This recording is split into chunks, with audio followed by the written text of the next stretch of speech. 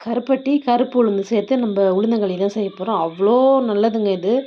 நல்லா வறுத்துட்டு இது கூட பாதாம், ஏலக்காய் சேர்த்து மிக்ஸி ஜாரில் அரைச்சிட்டு கருப்பட்டி சேர்த்து செய்ய போகிறோம். இது கூட நல்லெண்ணெயும் ஊற்றிருக்குங்க. அல்வா மாதிரி கிண்ட முடியல என்னாலன்னா, நீங்கள் இந்த மாதிரி பவுடரா மிஷினில் அரைச்சி பூஸ்ட், ஹார்லிக்ஸ் பதில் நீங்கள் பாலில் போட்டு குடிக்கலாம். இல்லை சப்பாத்தி மாவு, தோசை மாவுலாம் அரைக்கிறீங்களா, அதில் கூட ஒரு 2 ஸ்பூன் இந்த பவுடரை கலக்கிட்டு சாப்பிடுங்க.